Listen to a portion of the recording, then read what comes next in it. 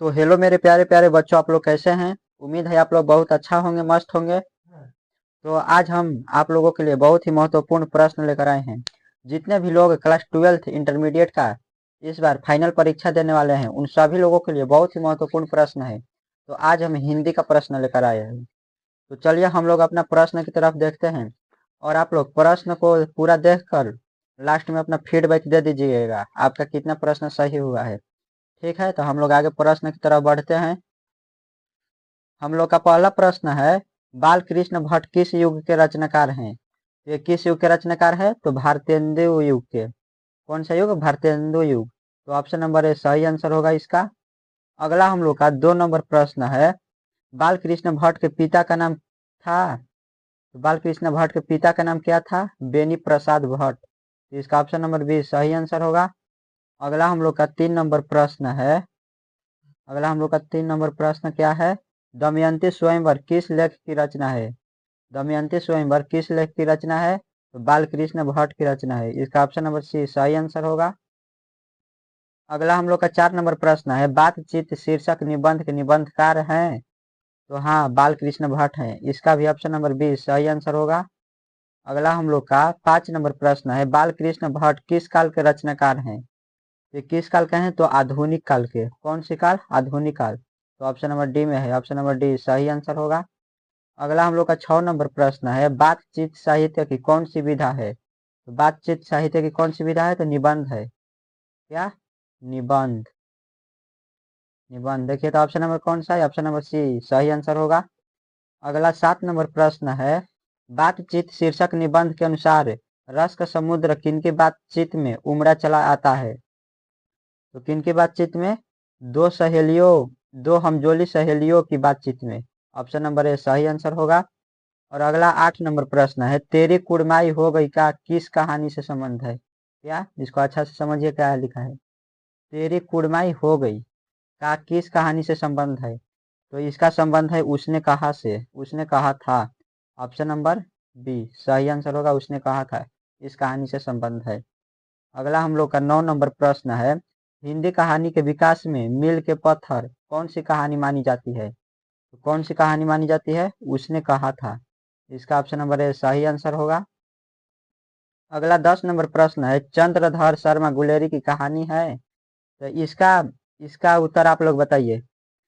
इसका उत्तर आप लोग बताइए क्या होगा। ठीक है। अगला हम लोग का 11 नंबर प्रश्न है, उसने कहा था कहानी है। तो हाँ, उसने कहा था कहानी है, तो क्या है देखिए, युद्ध की कहानी यह भी है, दिव्य प्रेम की कहानी भी है, और प्रेम पर बलिदान होने की भी कहानी है। यानी ये सभी है, ये तीनों है। तो सही आंसर होगा ऑप्शन नंबर डी, इनमें से सभी। अगला 12 नंबर प्रश्न है, निम्न में से कौन सी रचना गुलेरी जी की नहीं है। तो कौन सी रचना नहीं है, हारे को हरिनाम। हारे को हरिनाम, ऑप्शन नंबर डी सही आंसर होगा। अगला 13 नंबर प्रश्न है, उसने कहा था किस प्रकार की कहानी है। ये कर्म प्रधान प्रकार की कहानी है। कौन सा, कर्म प्रधान, ऑप्शन नंबर बी सही आंसर होगा। अगला 14 नंबर प्रश्न है, उसने कहा था कहानी के नायक हैं। तो हाँ, कौन है नायक, तो लहना सिंह। कौन, लहना सिंह। ये ऑप्शन नंबर ए सही आंसर होगा। अगला 15 नंबर प्रश्न है, उसने कहा था किस वर्ष की रचना है। ये किस वर्ष की है, 1915। 1915 वर्ष की रचना, ऑप्शन नंबर ए सही आंसर होगा। अगला 16 नंबर प्रश्न है, उसने कहा था कहानी की कहानीकार कौन है। ये कौन है, Chandradhar Sharma Guleri, option number D सही आंसर होगा। अगला हम लोग का 17 नंबर प्रश्न है, लहना किस कहानी का पात्र है। लहना किस कहानी का पात्र है, तो उसने कहा था। ऑप्शन नंबर ए सही आंसर होगा। अगला प्रश्न है, चंद्रधर शर्मा गुलेरी किसके अभिभावक बनकर मेयो कॉलेज अजमेर में आए। ये किसका अभिभावक बनकर मेयो कॉलेज अजमेर में आए थे। ये आए थे खेतड़ी के नाबालिग राजा जय सिंह के। किसे, खेतड़ी के नाबालिग राजा, किसके ये अभिभावक बनकर आए थे, तो खेतड़ी के नाबालिग राजा जय सिंह के। तो ऑप्शन नंबर सी सही आंसर होगा इसका। अगला प्रश्न है, उसने कहा था शीर्षक कहानी में यह किसने कहा कि उद्यमी उठ सिगड़ी में कोले डाल। या इस पंक्ति को ध्यान से पढ़िए क्या लिखा है।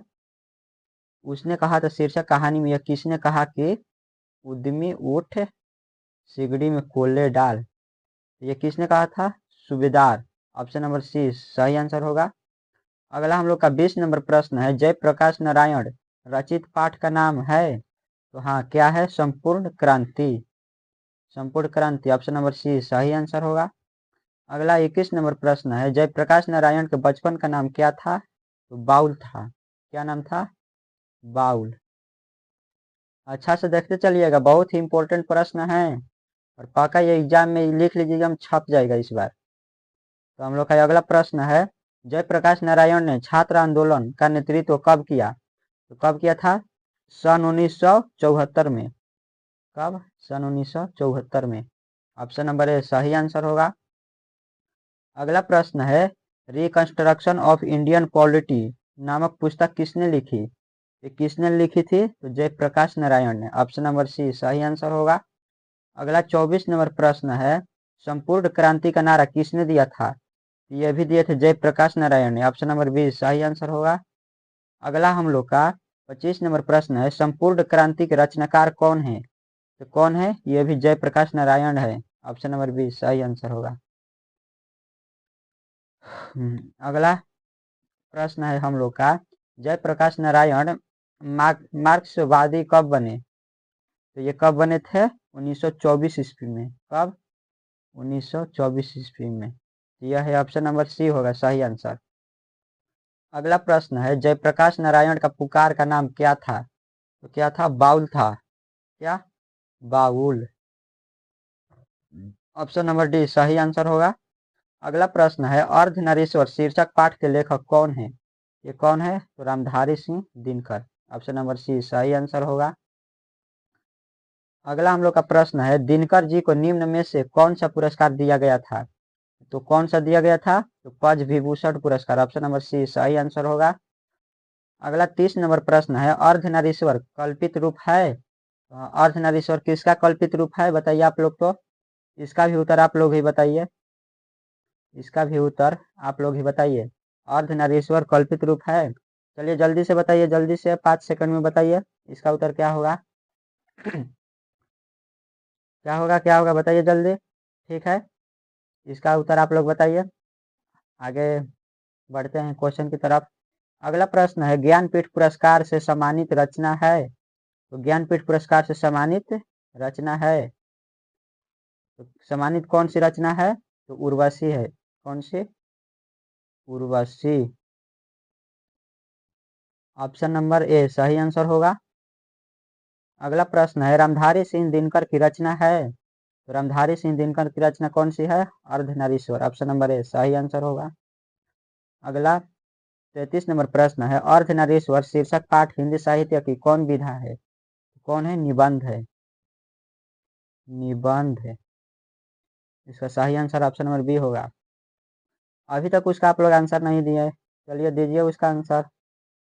अभी नहीं तो अभी छोड़ दीजिए, जाते टाइम उसको कमेंट में लास्ट में दे दीजिएगा आंसर। ठीक है। अगला हम लोग का 34 नंबर प्रश्न है, मालती किस कहानी की पात्रा है? तो यह है रोज कहानी की पात्रा। किसकी? रोज। ऑप्शन नंबर बी सही आंसर होगा। अगला हम लोग का 35 नंबर प्रश्न है, निम्न में से किस कहानी में गैंग्रीन का उल्लेख है? तो किस कहानी में है? रोज कहानी में। रोज। ऑप्शन नंबर बी सही आंसर होगा। अगला प्रश्न है, अज्ञेय के पिता का नाम था? तो क्या था? हीरानंद। हीरानंद शास्त्री। हीरानंद शास्त्री। देखिए तो कहाँ है? ऑप्शन नंबर सी होगा सही आंसर होगा। इसका ऑप्शन नंबर सी सही आंसर होगा। ठीक है। अगला प्रश्न है हम लोग का अगला प्रश्न है, रोज कहानी के कहानीकार हैं? तो हाँ, रोज कहानी के कहानीकार कौन है? तो ये अज्ञेय है। ऑप्शन नंबर ए सही आंसर होगा। 38 नंबर प्रश्न है, मालती के पिता का नाम है? तो मालती के पिता का नाम क्या नाम है? महेश्वर। क्या? महेश्वर। ऑप्शन नंबर सी सही आंसर होगा। अगला प्रश्न है, रोज कहानी की नायिका कौन है? तो यह है कौन है? मालती है। मालती, समझ रहे हैं ना? रोज कहानी की ये नायिका है, नायिका। ठीक है। अगला 40 नंबर प्रश्न है, दूसरा सप्तक का प्रकाशन वर्ष है? दूसरा सप्तक का प्रकाशन वर्ष क्या है? 1951 है। क्या? 1951। ऑप्शन नंबर बी सही आंसर होगा। अगला हम लोग का 41 नंबर प्रश्न है, बचपन में खेलने के लिए सच्चिदानंद हीरानंद वात्स्यायन अगेनय ने कौन सा नाटक लिखा था? तो कौन सा लिखा था? इंद्र सभा लिखा था। कौन सा? इंद्र सभा। थोड़ा बोलते बोलते गला बैठ गया है, कोई बात नहीं। आप लोगों के लिए बहुत मेहनत कर रहे हैं, उम्मीद है आप लोग भी बहुत अच्छा से मेहनत कर रहे होंगे। ठीक है, तो अगला हम लोग इसका क्या होगा? ऑप्शन नंबर सी इंद्र सभा होगा। अगला हम लोग का 42 नंबर प्रश्न है, रोज शीर्षक कहानी में मालती मिट्टी का बर्तन गर्म पानी से क्यों धो रही है? ये क्यों धो रही है? दही जमाने के लिए। ऑप्शन नंबर डी सही आंसर होगा। अगला प्रश्न है, एक लेख और एक पात्र में भगत सिंह ने किसको पत्र लिखा था? क्या एक लेख, क्या है? एक लेख और एक पत्र में भगत सिंह ने किसको पत्र लिखा था? तो किसको लिखा था? सुखदेव को। सुखदेव को। ऑप्शन नंबर ए सही आंसर होगा। अगला हम लोग का अगला प्रश्न है, एक लेख और एक पत्र शीर्षक पाठ के लेखक कौन है? तो कौन है? Bhagat Singh. Bhagat Singh.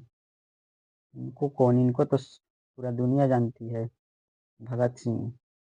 Option number C सही आंसर होगा। ठीक है, ये यहाँ पर एक आप लोग क्वेश्चन दे रहे हैं, आप लोगों के लिए बता कर जाइएगा कि भगत सिंह को फांसी की सजा कब दी गई थी। ठीक है, अगला हम लोग का 45 नंबर प्रश्न है। अगला 45 नंबर प्रश्न है, एक लेख और एक पत्र शीर्षक पाठ है। तो हाँ, ऐतिहासिक है। क्या है? ऐतिहासिक पत्र। ऑप्शन नंबर ए सही आंसर होगा। अगला 46 नंबर प्रश्न है, भगत सिंह के पिता का क्या नाम था? तो क्या नाम था भगत सिंह के पिता का? सरदार किशन सिंह नाम था। क्या? Sardar Kishan Singh. Option number B सही आंसर होगा। अगला 47 नंबर प्रश्न है, भगत सिंह का जन्म कब हुआ था? ये कब हुआ था भगत सिंह का जन्म? चलिए जल्दी बताइए कब हुआ था। चलिए इसका भी उत्तर आप लोग ही बताइए।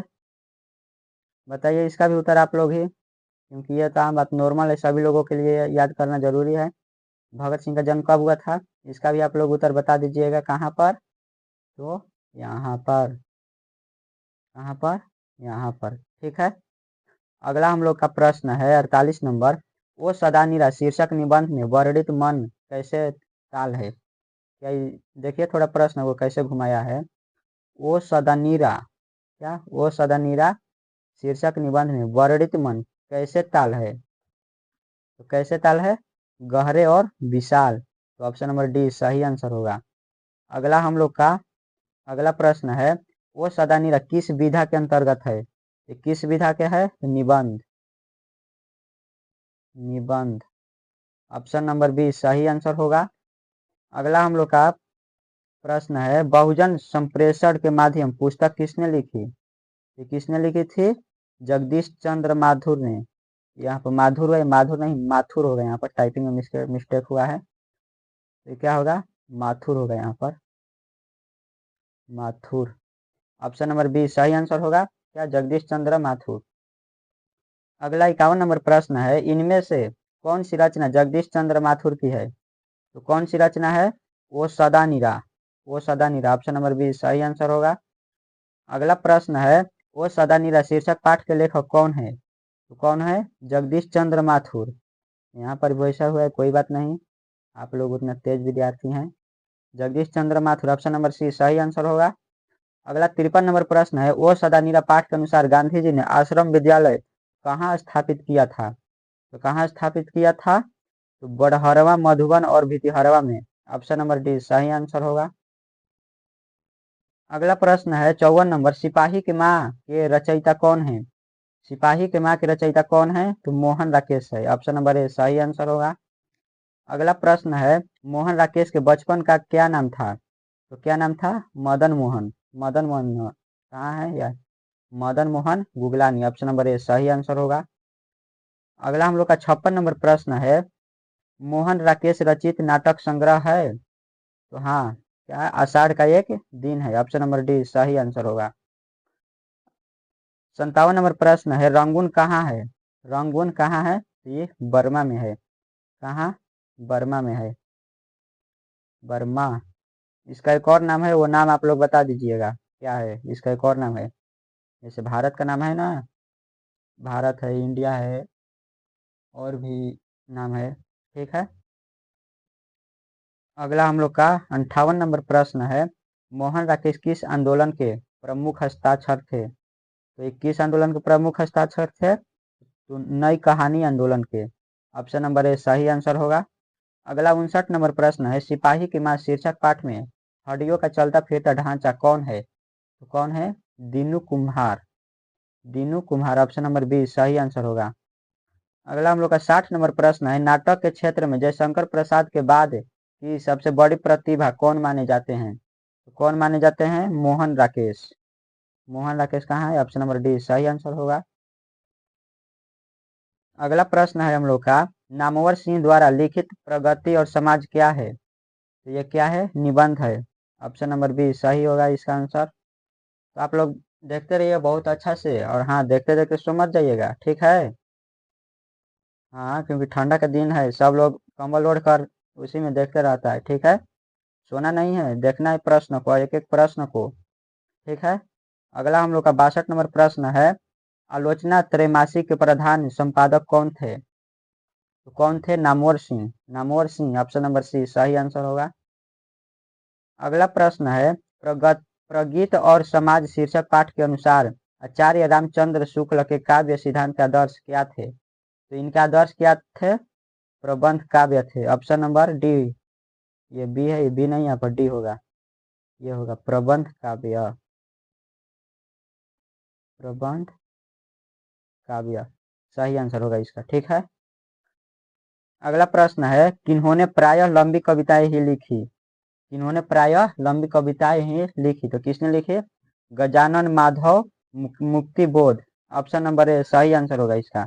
गजानन माधव मुक्ति बोध, ऑप्शन नंबर ए सही आंसर होगा इसका। अगला हम लोग का 65 नंबर प्रश्न है, 20वीं सदी में प्रगीतात्मकता का दूसरा उन्मेष कैसे हुआ?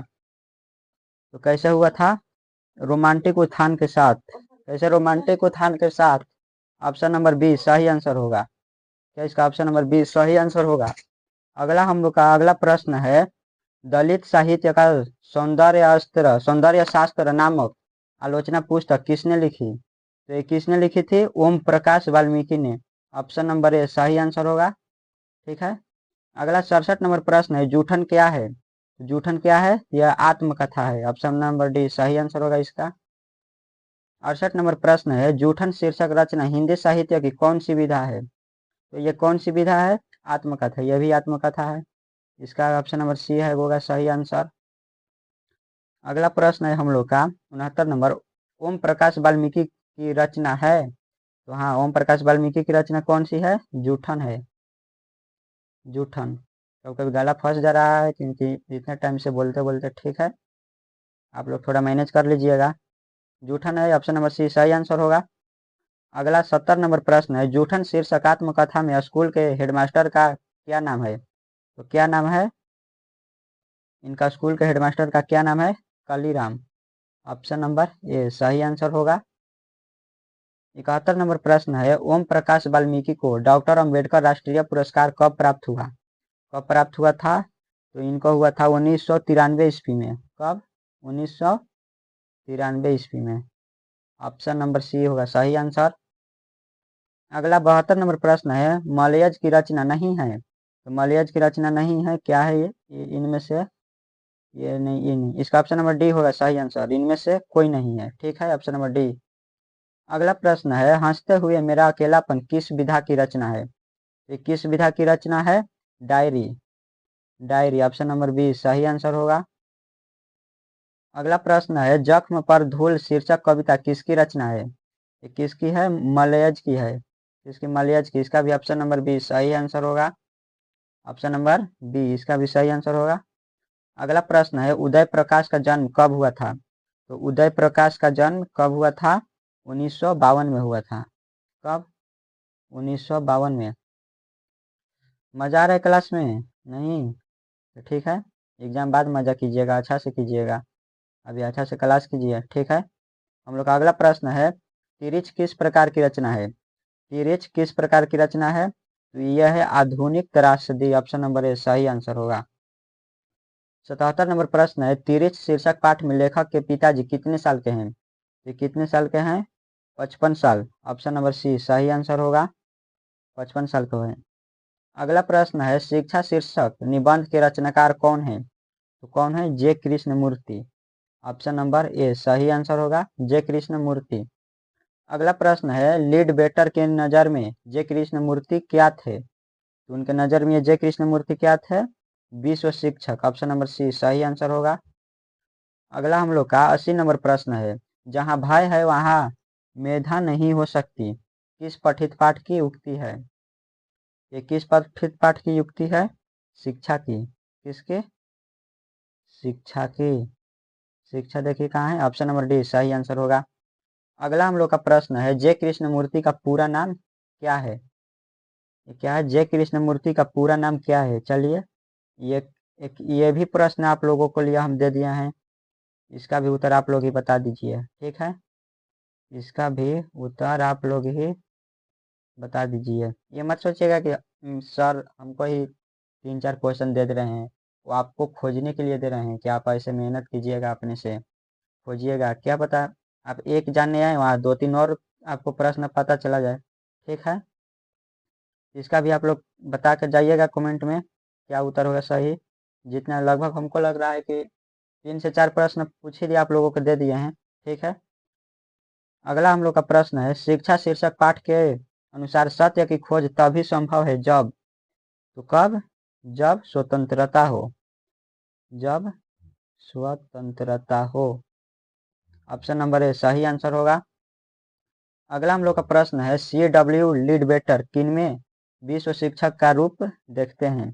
तो किनमें देखते हैं? जे कृष्णमूर्ति में। ऑप्शन नंबर डी होगा सही आंसर। इनका फुल फॉर्म नेम बता दीजिएगा, पूरा नाम क्या है, ठीक है? पहले भी लगभग 2 से 3 क्वेश्चन किए हैं, वो भी बताइएगा।